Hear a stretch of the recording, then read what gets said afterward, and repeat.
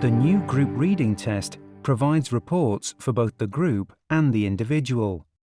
When 2 administrations of the assessment have been completed, progress reports may also be created. The main form of assessment data output is the standardized age scores, which are shown numerically and pictorially.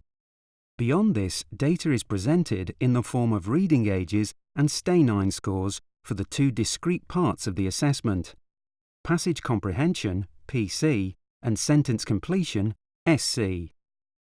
This is one example of a number of demographic reports that form part of the group report for teachers.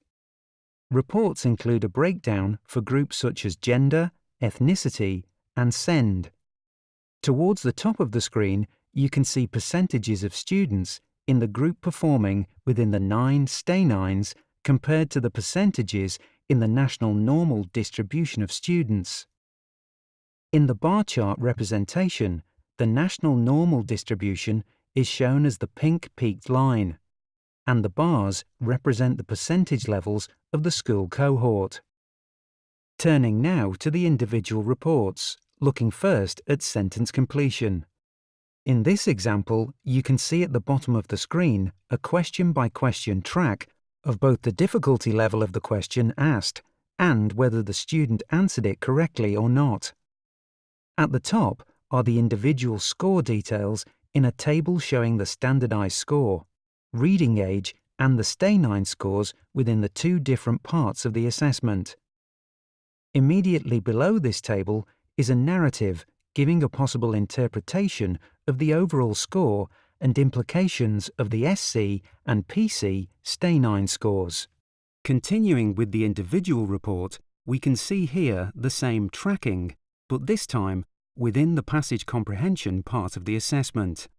Beneath this diagram, further drilling down into the data allows us to show the percentage of questions answered correctly within different areas of comprehension. For example, retrieval and inference. If a student's reading age is below 6 years and 6 months, gauged by the sentence completion part of the assessment, then the adaptive assessment will not offer passages for reading comprehension, but will instead provide a section on phonological awareness. Shown here is a student's performance on that section. It shows the areas covered and the percentage of the questions in that area answered correctly. Looking now at the progress report, the report shows largely the same headings as the group report for teachers. The difference being that for each student there are 2 sets of data. The data for the 2 administrations of the assessment are shown side by side. There are 2 extra columns. One gives a difference in the standardized scores from the first to the second administration of the assessment, and the second a progress category based on that difference in the 2 standardized scores. Here is a scattergraph representation of progress in terms of the change in standardized scores. Those making more than expected progress from one administration to the next would, for example, be shown in the green area. It is possible to look at the progress separately for a number of different focus groups in the progress demographic group reports.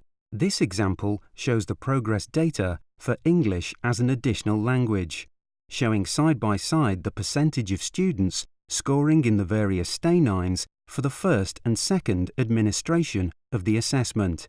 Firstly for those highlighted as yes for English as an additional language, and then those flagged as no, both referenced against the national normal distribution.